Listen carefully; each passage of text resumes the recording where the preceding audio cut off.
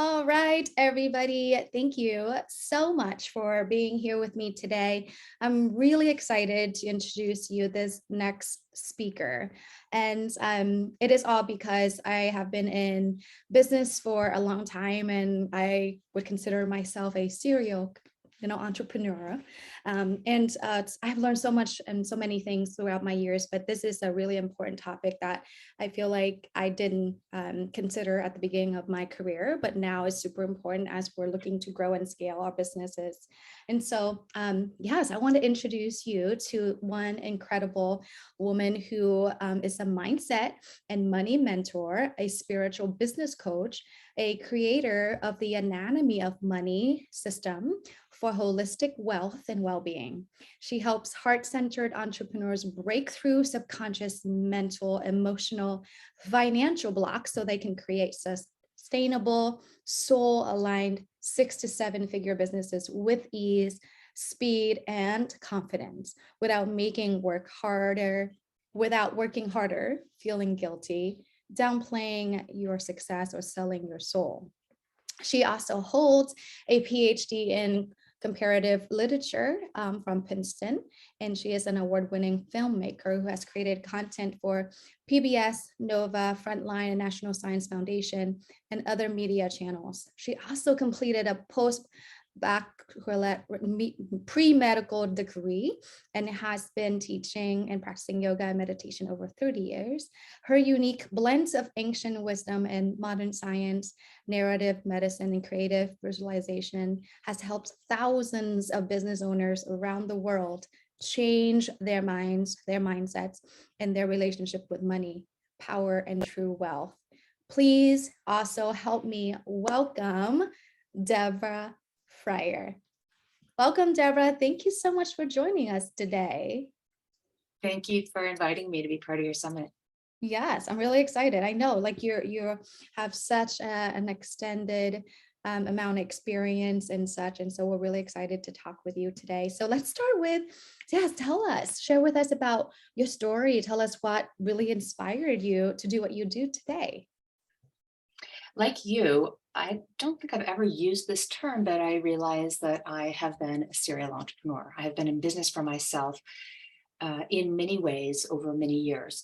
My first my first business, or my first career, was I got a PhD in comparative literature. And I realized I didn't want to be teaching at a university. I wanted to be teaching on a bigger scale. I wanted to be traveling and educating on a bigger scale. So I began to work for public television.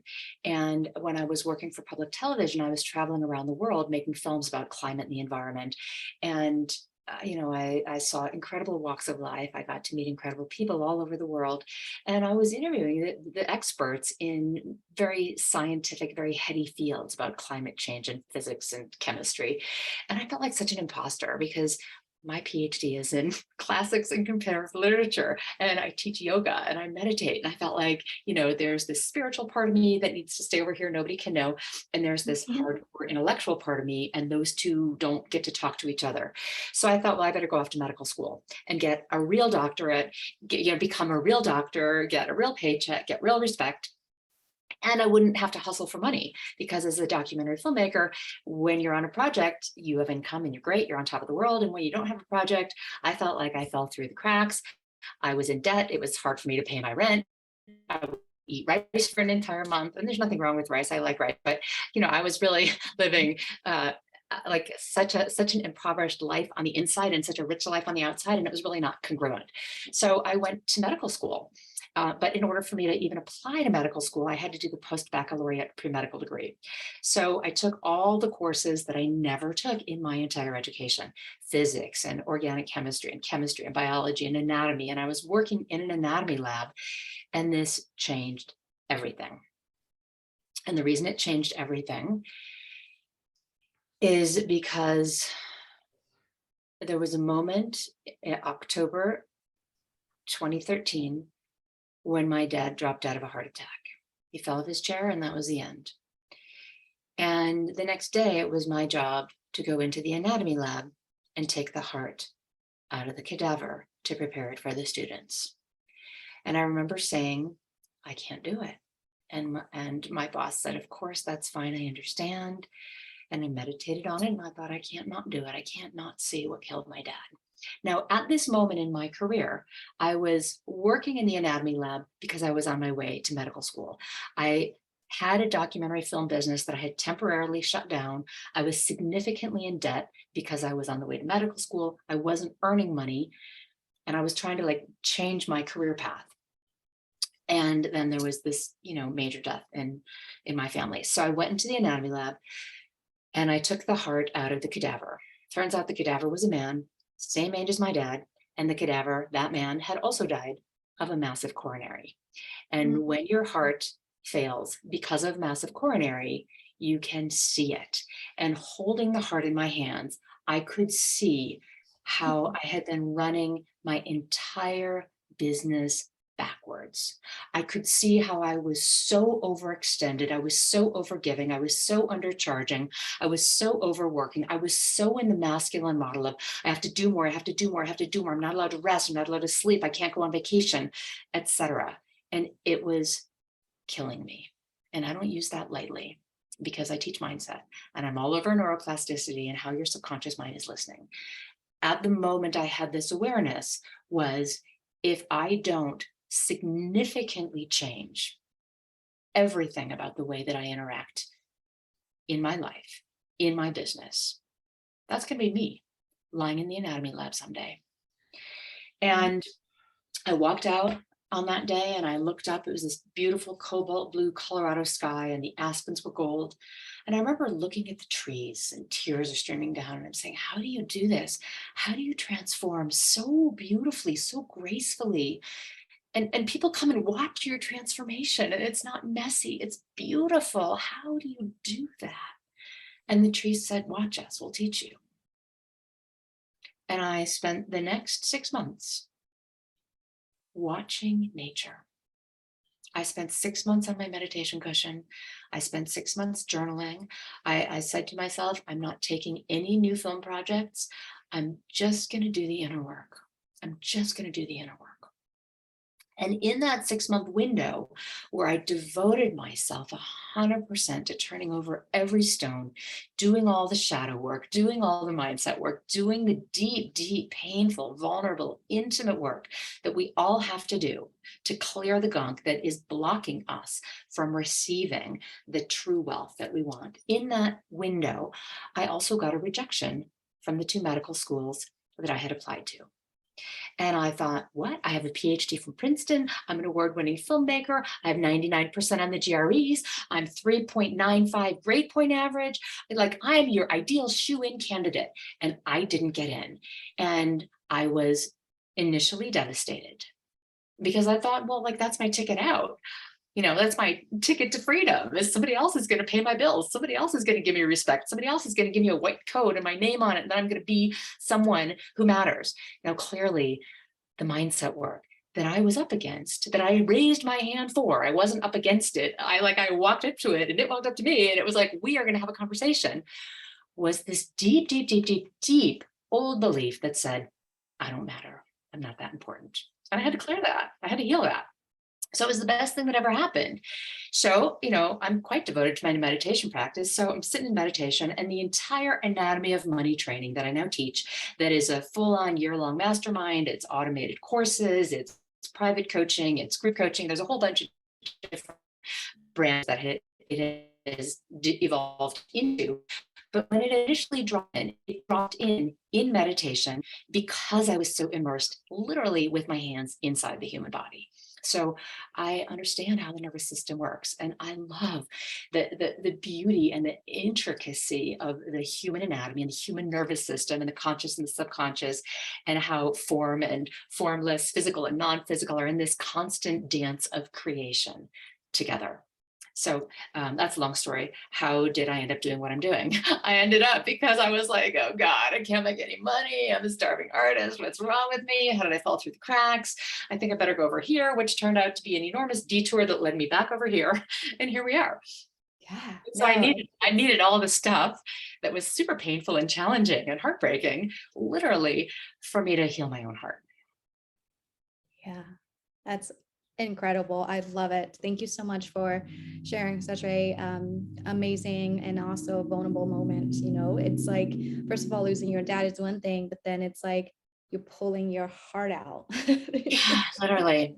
Yeah, figuratively. So it's incredible. And I really do also believe too that we're really meant to do what we are meant to do, especially as entrepreneurs. I don't think it's an accident for anyone to be an entrepreneur. I think it's a special calling. I think it's a really big and major responsibility also, why we got chosen to be business owners, right? And so I really truly believe, yeah, it's a spiritual experience. I totally feel like with what I'm doing right now, with what I'm doing in my business, is really a spiritual process that I'm going through. So with that, 100% agree. Yeah. yeah, I'm Being really a business owner is such a spiritual walk.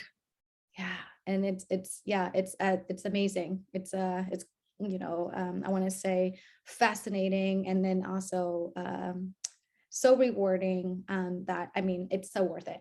So I want to, because of that, right? Like you had this revelation and you went into money coaching. Let's talk about, because I know for me, for the longest time, I always struggle like making this much money and you're going to be really happy and you're going to be fulfilled.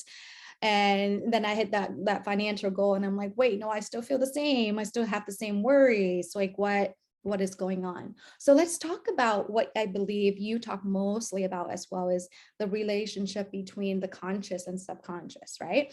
And when it comes to, let's just say, running a business and wanting to bring it to the next level, what do you have to say to that, and what entrepreneurs should really look out for when they're really striving for that next level?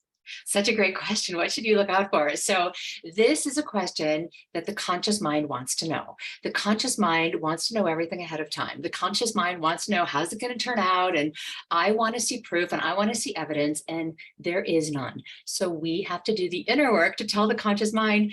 Subconscious mind has access to the all it is, and it's going to be even better than I can imagine. It's going to be even better than I plan. So, it's really a fine dance, and it's a refinement. In neurological terms, your conscious mind, scientists say, accounts for maybe 1 to 5% of your actions, your beliefs, your habits. Your conscious mind is always referencing your past. I'm going to say that again. Your conscious mind is always referencing your past. It's going through the Rolodex of everything you ever learned in school and all the personal development courses you ever took and all the yoga retreats you went on and all the spiritual stuff you did. It also is referencing all the times you were hurt, all the times you were disappointed, all the times your mom said, how come you didn't get an A+ and you got an A-, all the times your dad said, I gave you X amount for your allowance and you wasted it, you frittered away the money, you're reckless, you're irresponsible, whatever the messages were. Maybe you didn't even hear them directly, but you heard your mom and your dad fighting about money. Maybe you saw them crying because they couldn't pay the bills. Maybe, they were doing their best, but you had a camping tent in your living room because there wasn't enough heat. So you all piled in, you were camping in sleeping bags and in your down jackets, and it was the middle of a Minnesota winter, and you were like, hey, this is fun. Like, who knows what your experience was? I don't know. But what I am here to share with you is that every single one of us has memories in the conscious and in the subconscious. So the conscious mind is aware of what it knows. The subconscious is where the memory lives, and that's in your body. So if you just look physically at your body, the brain part is, like that's the conscious mind is 1 to 5%. Your brain accounts for 2% of the weight of your body, right? Or 2% of the mass of your body. All the rest of you is running around sensing and perceiving and interacting with the environment, and it picks up energy from the environment, and then it says, oh, that's light, that's color, that's sound, that's taste, that's texture, etc. Right? And then you interact with it and you have an experience with it, and that goes into your memory. That is what your body is. Your body is the storehouse of the museum that you're living in. So when you think about money, do you immediately feel a knot in your stomach? When you think about tripling your income, does your heart start pounding really fast? When you think about having a conversation with your spouse where you have to say, honey, I'm $50,000 in debt because I just, put my live event on a credit card. Are you like, I can't really have that conversation? Like, do you freak out when you have to have an enrollment conversation? Do you freak out when a client's mad at you? Do you freak out when a client's late with their payment? Maybe their credit card expired and they forgot to update it. But do you immediately go into the story of, oh, they're going to blow me off, they're going to, like, you just need to notice that your body immediately responds. That's your subconscious conditioning. And it accounts for 95 to 99% of everything that you do, which is why we've got to bypass the conscious mind and change at the subconscious level.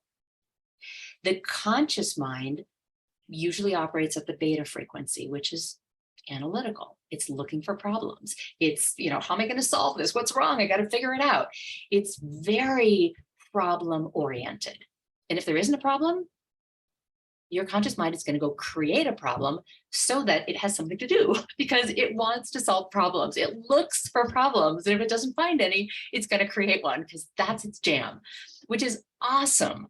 But your conscious mind cannot be running your business. Why?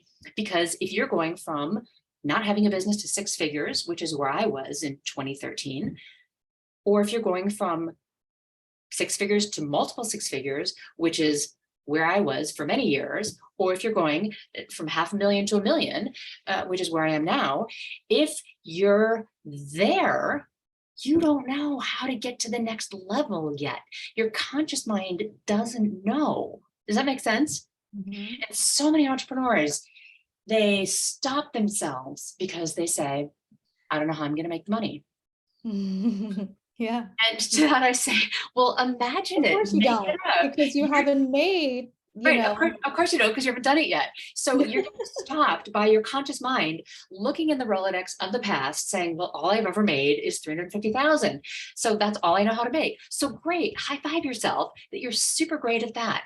And if you want to get to the next level, you're going to have to invest in learning the next level skills and developing the next level mindset, much of which is, I am A-okay with uncertainty.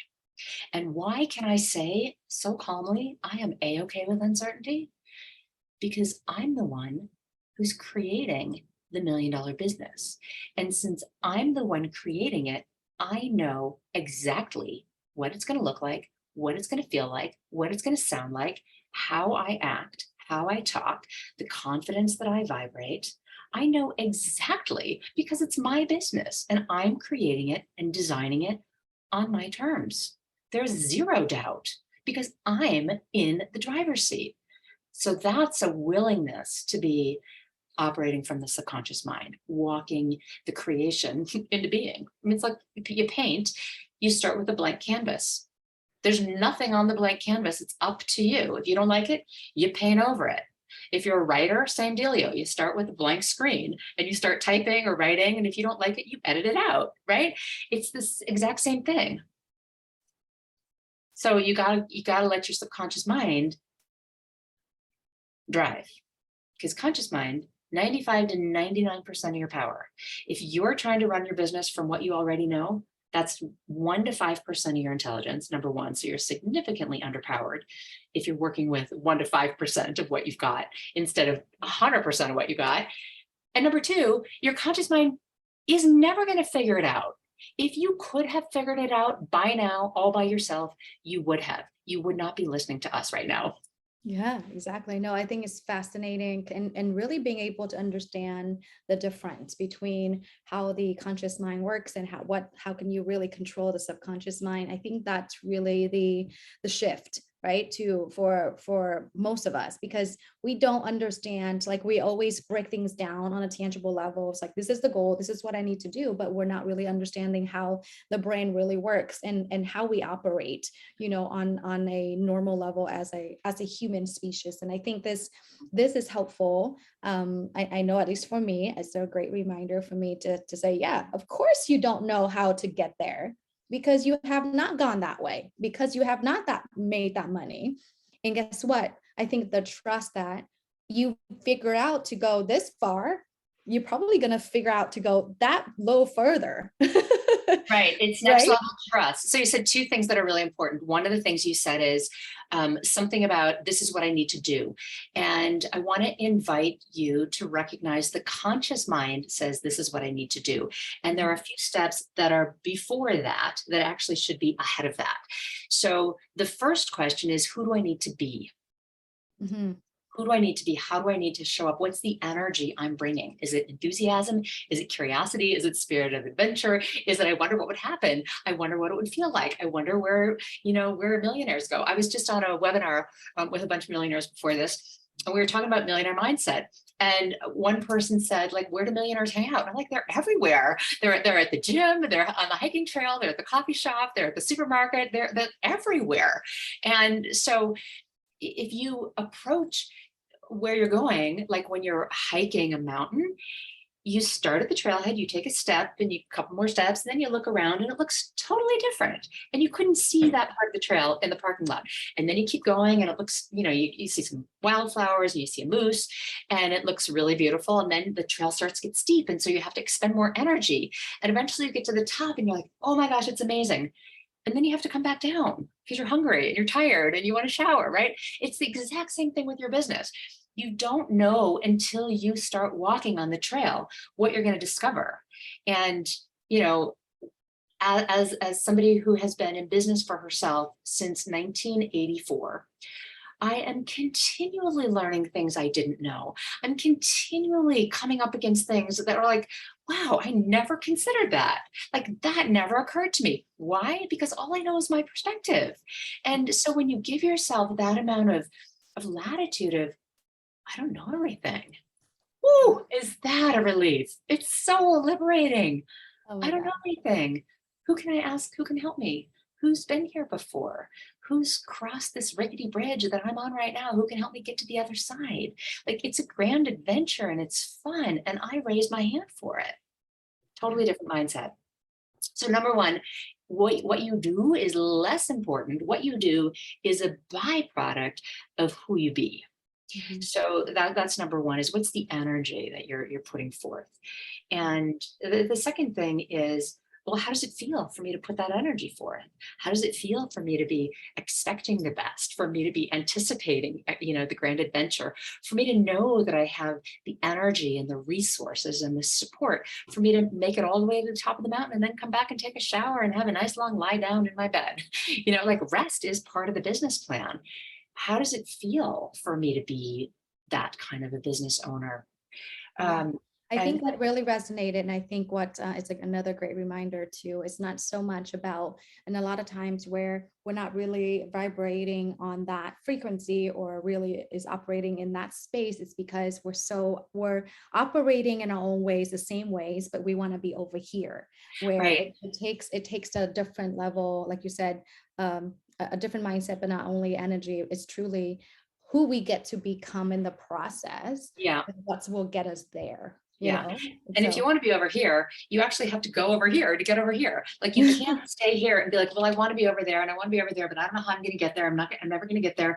You actually have to physically put yourself over there. Start walking around in neighborhoods where you think wealthy people hang out. Start shopping where you think they shop. Eat where they eat. Go to hotels. Go to restaurants. Read the books that they read. Follow what their morning rituals are.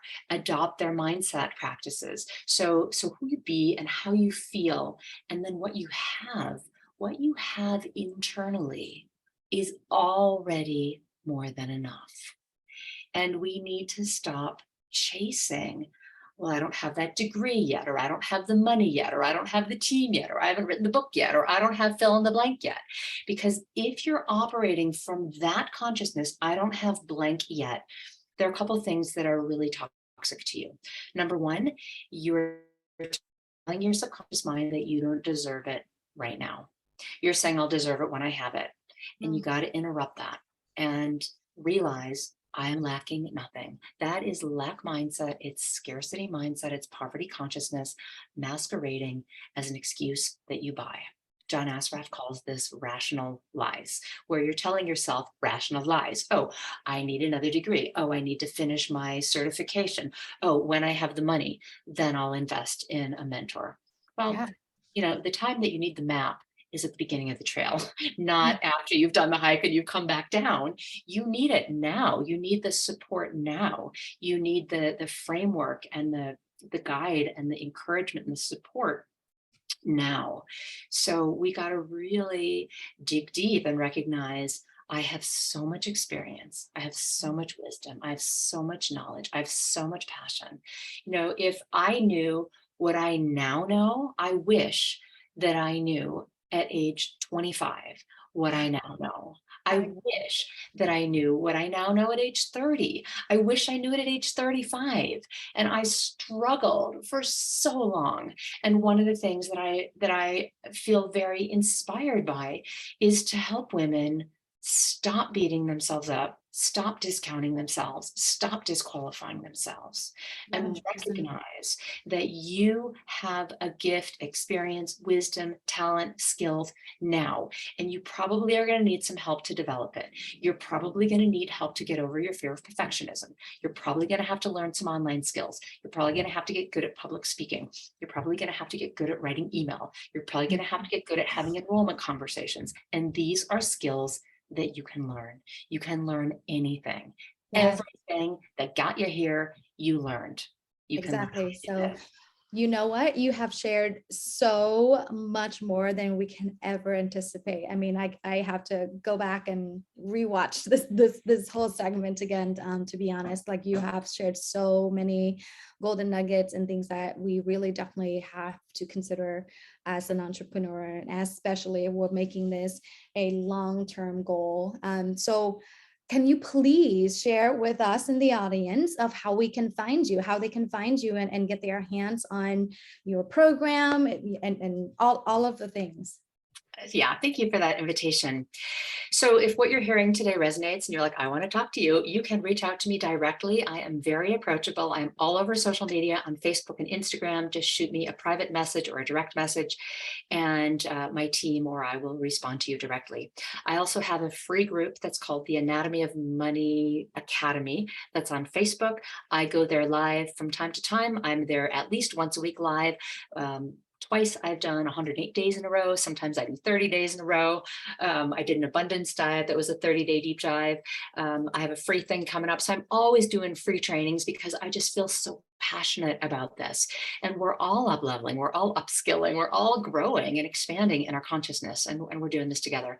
So those are some free ways. I also have a free book that you're welcome to grab from my website. And do you have a link for that, or should I talk about that? Yes. Yeah. It's actually, we will add that definitely, but it's Perfect. deborahfryer.kajabi.com/turn on your tap. Yeah, so a super easy way to get that is just join the Anatomy of Money Academy Facebook group, and then You my got team will reach out and say, hey, here's your free book.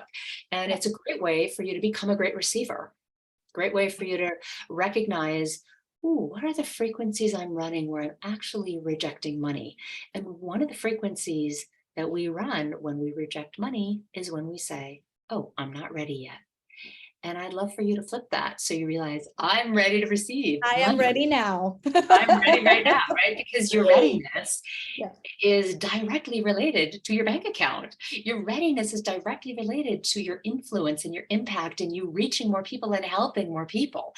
So the sooner that you are ready, instead of getting ready to get ready to be ready, as Abraham says, the faster you can grow your wealth and help more people. Yeah. Amazing. Oh my goodness. Thank you again so much for your time, for your work, for contributing to us all collectively and really teaching us how to definitely manage money from the conscious, but also subconscious, and really be that driver.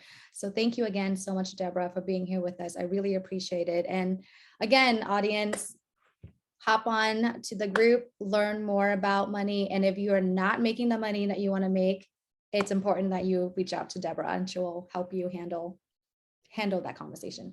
All right, team. Thank you so much again, Deborah, for joining us. And I will see you all soon. Thank you.